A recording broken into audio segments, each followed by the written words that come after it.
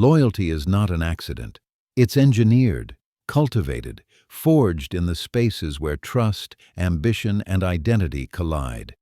No one understood this like Julius Caesar. He didn't command the strongest army in Rome. He created the most loyal one, men who followed him across continents, through storms, through victory, and into civil war.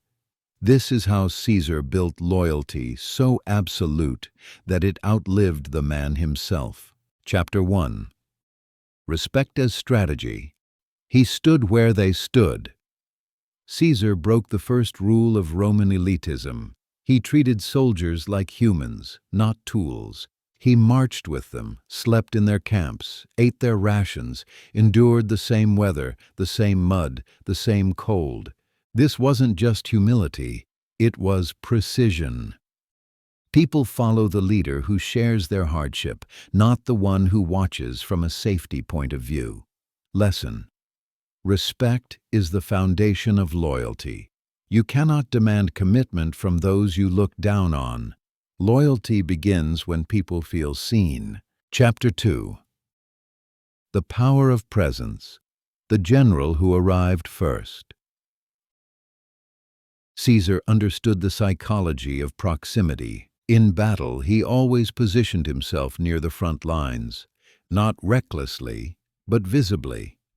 A commander who is present changes everything. Fear softens, courage spreads, and loyalty deepens.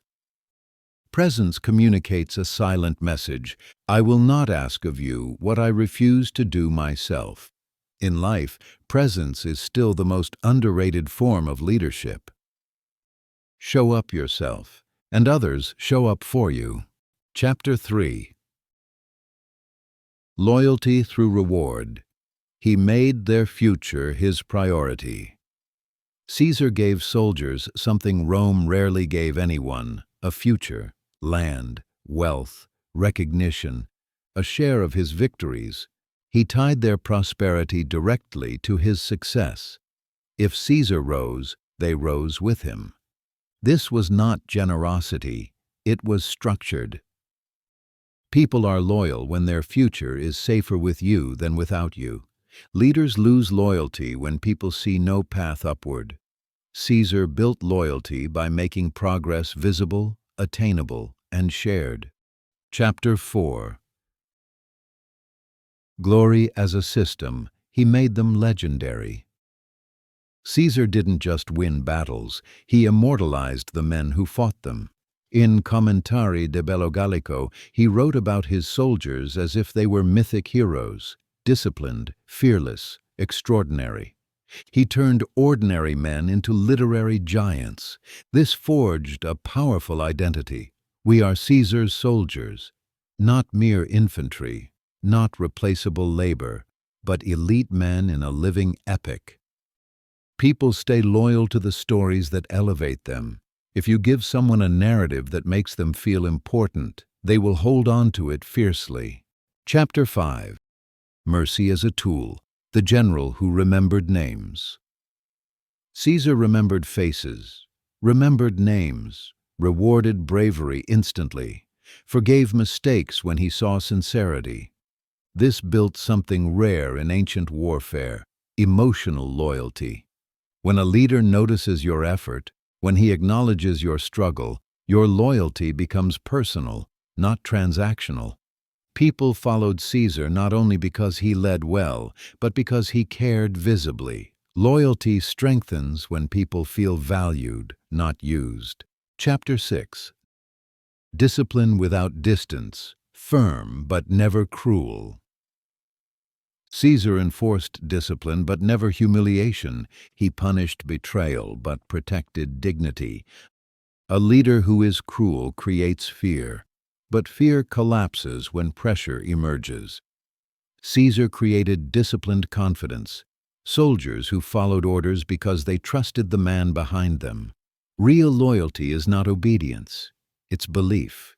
Chapter 7. Legio X, the model of loyalty.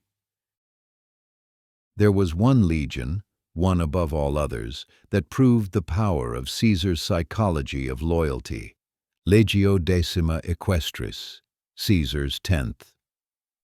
They were not born elite, he made them elite.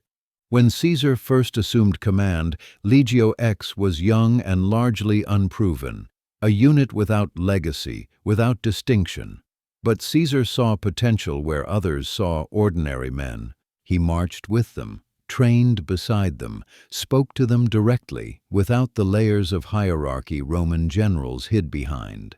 And in every victory he mentioned them by name, recording their courage in his writings, engraving their reputation into the memory of Rome. Slowly, something uncommon began to form. Legio X no longer fought as a standard Roman unit. They fought as Caesar's own. When the rivers were frozen, they crossed with him. When mountains rose like walls, they climbed with him. When enemies outnumbered them, they stood because he stood. And in return, Caesar trusted them with everything, the hardest battles, the most dangerous crossings, the moments where history could fracture. To his enemies, the 10th Legion was a warning. To Caesar, they were living proof that loyalty is not commanded, it is crafted. Because Caesar didn't just lead them, he transformed how they saw themselves. They were no longer just soldiers. They were the chosen, the front line of destiny, the embodiment of his vision. They believed in Caesar because Caesar made them believe in themselves. This is the heart of loyalty. People commit fully only when leadership reshapes their identity.